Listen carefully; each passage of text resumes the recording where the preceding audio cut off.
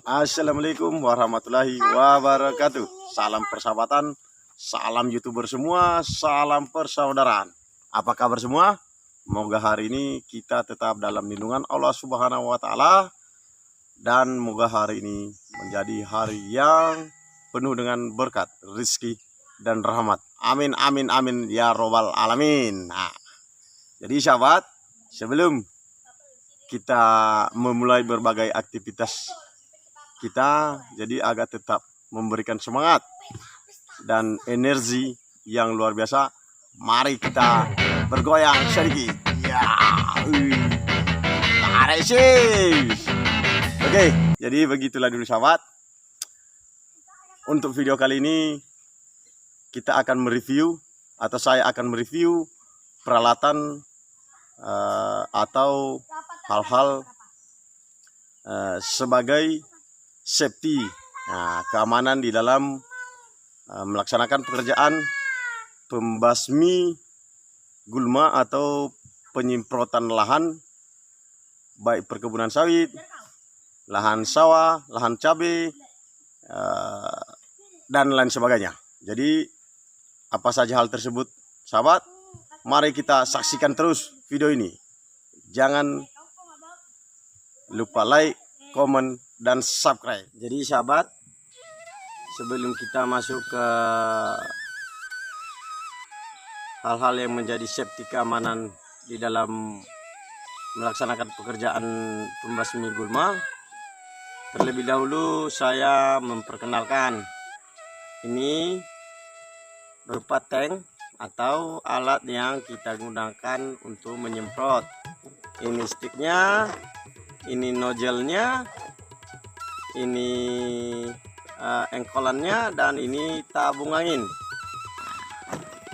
Jadi inilah bahan herbisida yang kita gunakan, atau yang lebih dikenal di masyarakat atau nama umumnya adalah racun. Jadi kita harus mengerti dulu sahabat ya, racun itu bukan hanya bisa membunuh tanaman, mematikan rumput, akan tetapi bisa juga mematikan manusia. Nah, jadi apabila kita menyemprot ya dengan asal-asalan, ugal-ugalan, tanpa menggunakan safety pengaman, maka yang terjadi kita keracunan. Nah, pesan dari saya, utamakan kesehatan daripada segalanya. Karena apabila kita sehat, maka segala sesuatunya bisa kita capai. Nah, jadi apa saja yang menjadi peralatan safety keamanan saat menyemprot sahabat, mari kita ikuti video berikut. Jadi yang pertama itu sahabat adalah apron. Jadi kalau di dunia bagian perawatan kebun ini dinamakan apron. Jadi karena ini contoh, maka saya pakai mantel yang terbuat dari plastik. Karena apron dan mantel plastik ini sama-sama mengandung unsur yang tidak bisa tembus dengan air. Nah, jadi apa fungsi dan gunanya nanti kita bahas.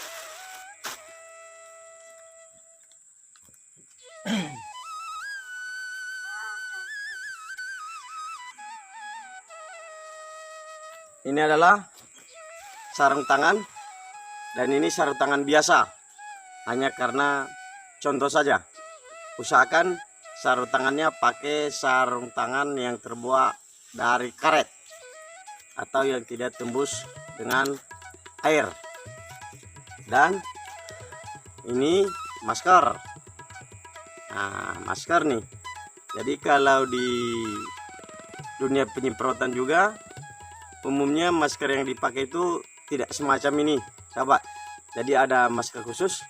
Jadi karena ini tutorial, kita reviewkan. Nah, jadi ini contoh masker kayak gini, tapi masker kayak gini pun bisa kita pakai ya.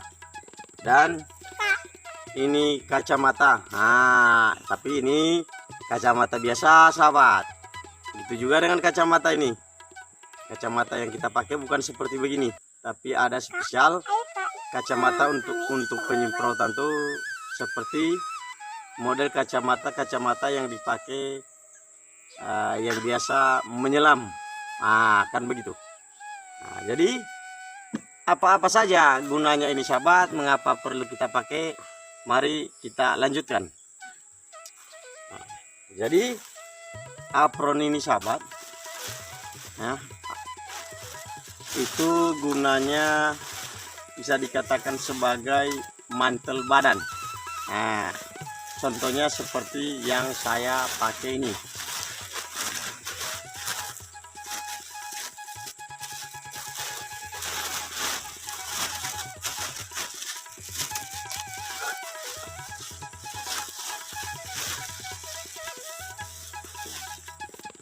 Terbalik, sahabat, sorry, saya ulangin lagi ya.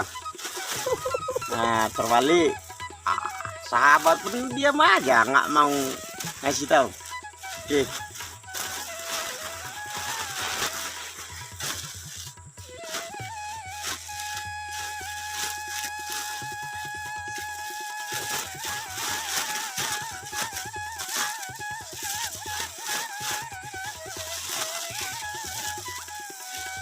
Jadi begini, sahabat. Nah, hanya saja kalau apron tuh sampai di sini ketemu dengan ujung sepatu kita. Nah, jadi saat menyemprot pun usahakan pakai sepatu yang seperti yang saya pakai ini. Ya, merek AP. Nah, kan begitu. Nah, oke. Seterusnya masuk kita ke masker. Nah,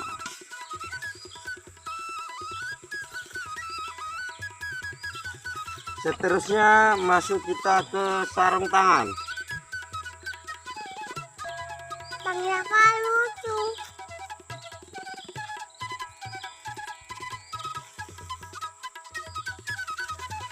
Sarung tangan.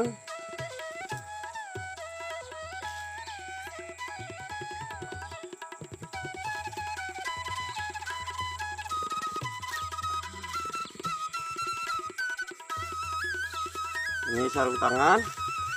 Sekarang kacamata, tapi karena ini kacamata hanya untuk contoh saja, bagi para sahabat, bagi para penonton, minta maaf saya tidak bisa mengenakannya karena ini untuk anak saya ya. Memang dulu saya punya yang seperti begini, tapi berhubung karena sudah lama tidak menyemprot, maka saya kasihkan kepada kawan saya. Nah, jadi setelah kita kenangkan kostum pengaman seperti begini, barulah, sahabat, kita memulai proses atau berhubungan langsung dengan yang namanya racun. Nah, jadi kita mulai proses pencampuran racun dan air di dalam tank ini. Nah, jadi apa fungsinya, sahabat?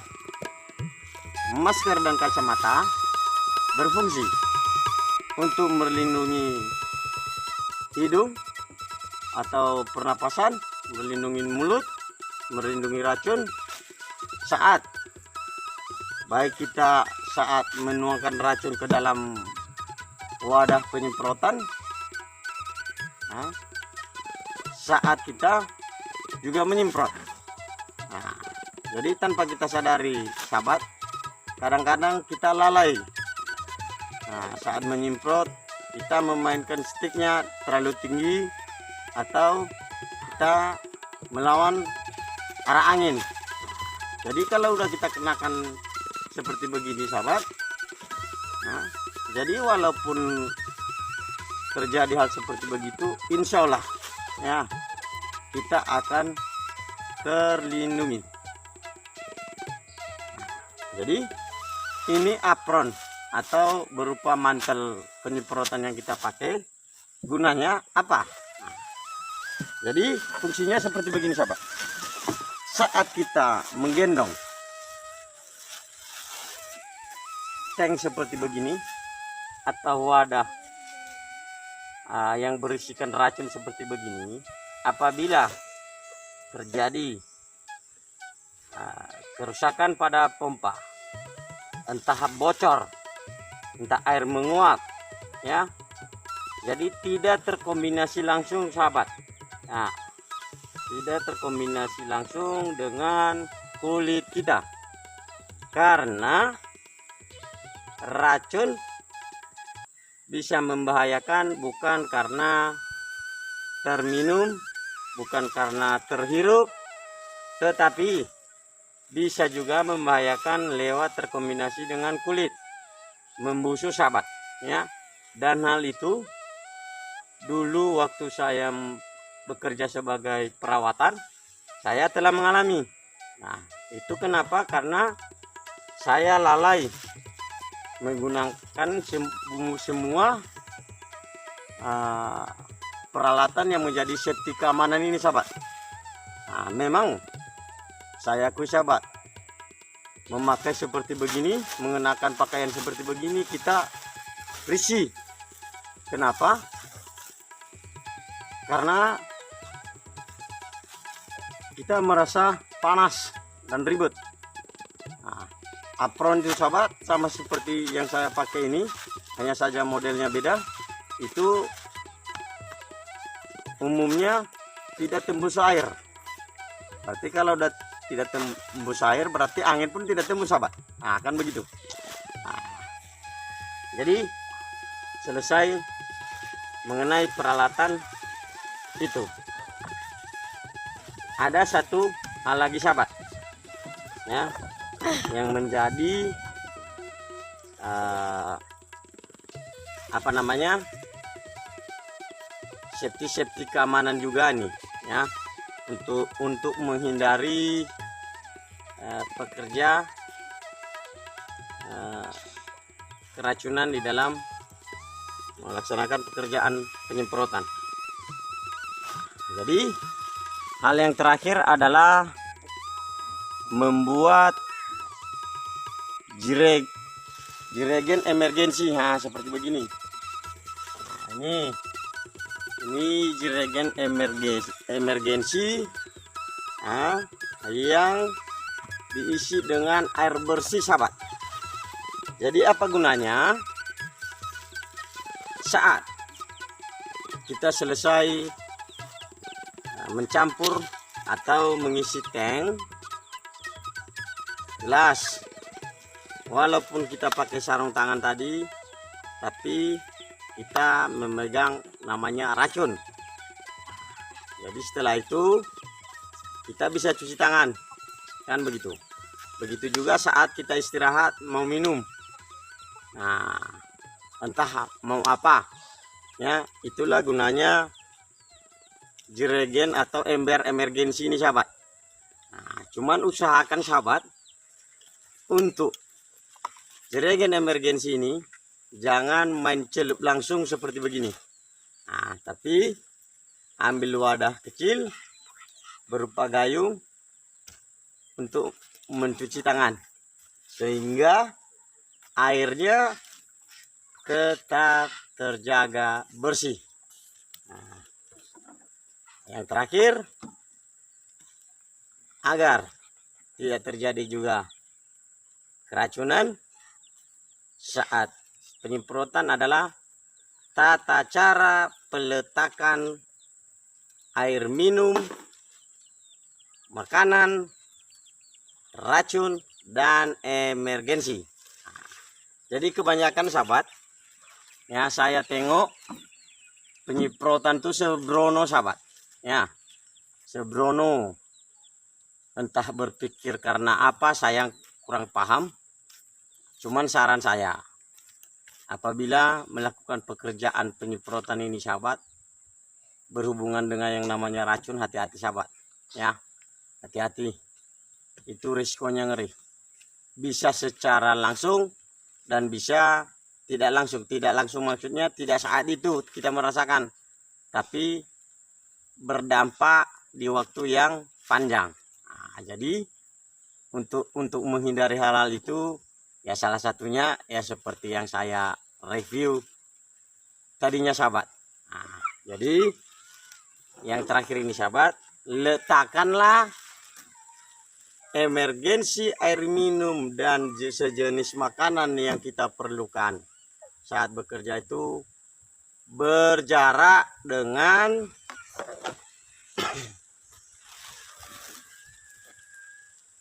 tank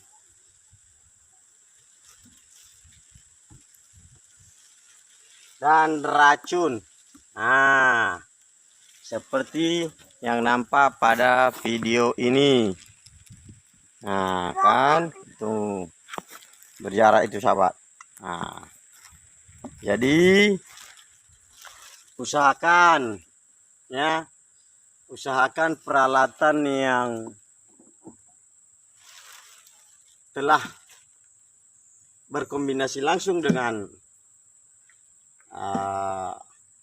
racun, mulai dari sarung tangan tadi, apron, ya, masker dan segala macamnya. Jauhkan dari jerigen emergensi, air minum dan tempat makan. Jadi kasih jarak sahabat. Kalau bisa kasih tanda di jerigen itu, label. Ini jerigen emergensi, ini jerigen air minum, ini tas makanan. Nah, jadi aman. Kami dulu di perkebunan seperti begitu sahabat. Nah, jadi alhamdulillah sekitar 5 tahun yang silam saya bekerja sebagai seperti itu, dan sampai sekarang ya alhamdulillah saya masih sehat. Karena kenapa? Mungkin itu salah satu faktornya karena keperluan dan safety keamanan tadi saya memenuhinya. Nah, jadi demikianlah dulu sahabat. Semoga video ini berguna dan bermanfaat bagi kita. Dan yang belum mensubscribe, like dan komen channel ini, silakan like, komen dan subscribe supaya apa? Supaya kita bertemu di video-video selanjutnya. Nah, jadi akhir kata dari saya, terima kasih telah menonton video ini. Wassalamualaikum warahmatullahi wabarakatuh.